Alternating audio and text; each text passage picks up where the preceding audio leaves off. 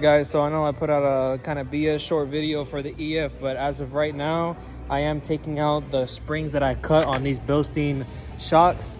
I did trade some things to get these Progress Racing coilovers for EK and Integra. These are EG front forks. They should bolt in, no issues. So I am in the process of doing the rears, 214s on top, 114 on the bottom. You can see the difference right here. It's a big difference. It's gonna be dropped a lot. I'm gonna have to raise it a lot. I'm gonna do that. An alignment, rotating these tires. I'm gonna end up having to get a pair of new tires. You can see here, I'm gonna flip them for now. I might even just slap them on just so I can go to lunch and come back. But so far, this is what I'm doing. So whenever I have to get everything on the floor, I'll pick the camera back up and go from there. Like that, 20, 30 minutes later, fronts are in. So I can say for myself, Progress Racing coilovers for DC2 EK do fit the EF if you use Integra EK forks. Boom, I just have to trim this. They don't have the brackets for the brake line, so I just zip tied it right here along the fork. Rears bolted in, no problem. The rears are gonna be super, super, super low. They also have a second bolt hole for lower adjustment. I really just wanted to have like a raked kind of stance, lower in the front, a little bit higher in the rear. I'm not really too worried about performance handling until I replace the control arms and the front camber arms and all that stuff. Then I could worry about it, because you can see here my alignment sucks. I'm about to flip the tire just to get it on for now. But yeah, cut springs on the Bilsteins are gone. And then my Skunk 2, you can see I had so much more space in them too to slam this thing. But I perform function over form. So yeah, I'm gonna go ahead, throw the wheels on and adjust it from there. Well, this is my ride height for now. The rear, I'm waiting for the suspension to settle all the way around. That way I can see if I drop it more.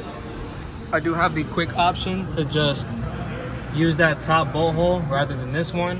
So worst comes to worst, that should drop it right where I want it. I do want the front a little lower than the rear. So right now it's pretty good. I do need to get some square tires though, whether that be that tire size in the back or this one up here in the front. I don't know yet. Don't even know if I'm keeping these wheels. I do like them, but it's just the spec. So go ahead and do a quick alignment. All right, so it is the next week. I got these coilovers all adjusted to the ride height that I'm okay with. I did pick up some tires for the rear and it was too high. So I just did the quick adjustment, used that other bolt hole right there, dropped the car about 1 inch.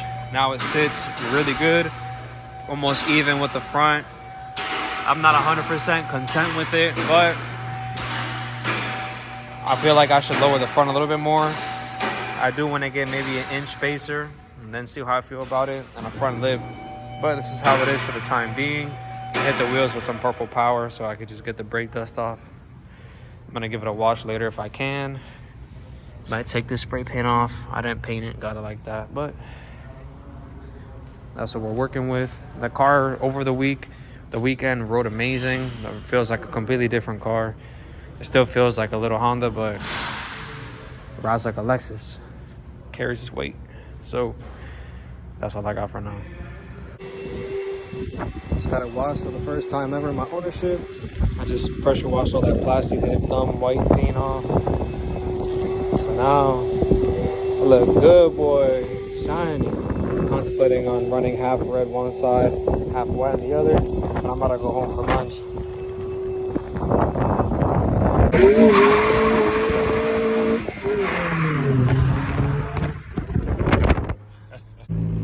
Working on the RSX map sensor port was getting clogged. You can see there was covered, the silicone, boom, there. I guess it just kind of gave out over time, so I pulled it off. I have to redo this anyway. Looks like the screw backed out, so I'm gonna go ahead and get that fixed. Clean it out, show you what it looks like after.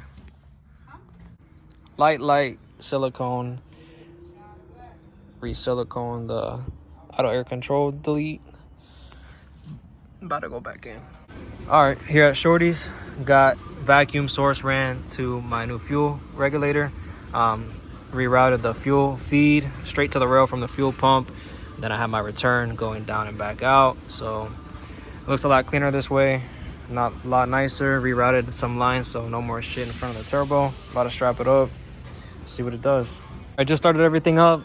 Everything's good, no signs of leaks, showing good potential right now.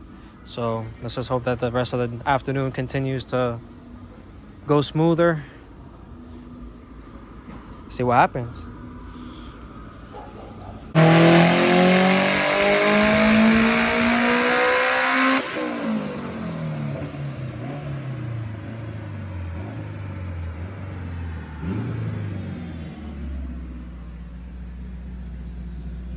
Yo, that line looks so much better.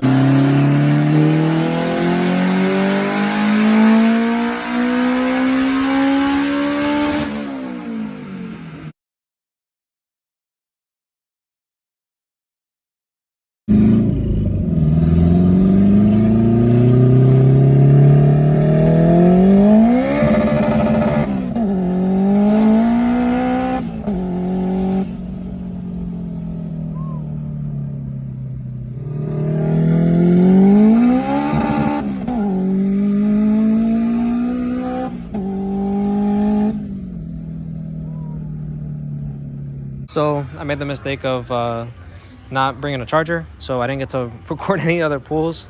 I had Chris record some pulls, so dyno went good.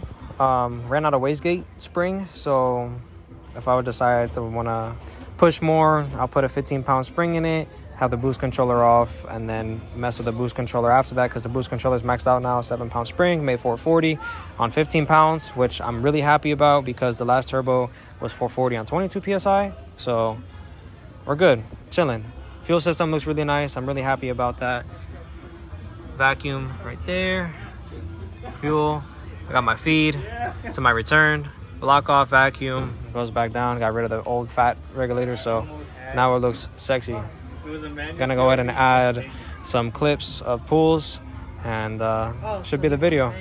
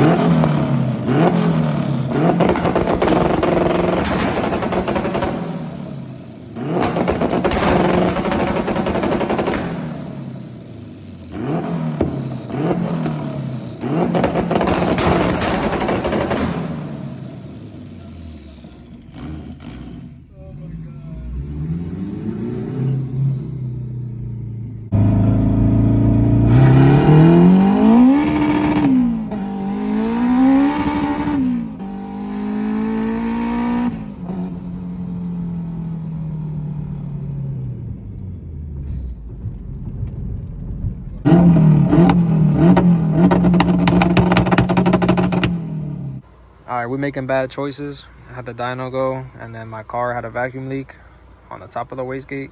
So I gotta go back and retune. But my car is tuned for 15 pounds, so I'm gonna put a 15-pound spring in it.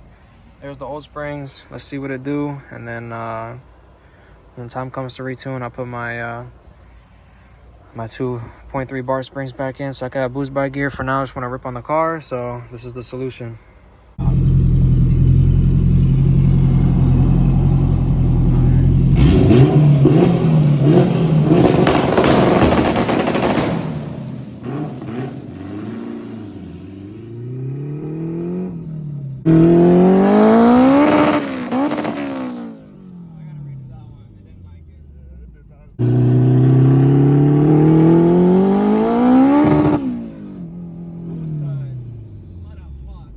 What are the odds, bro?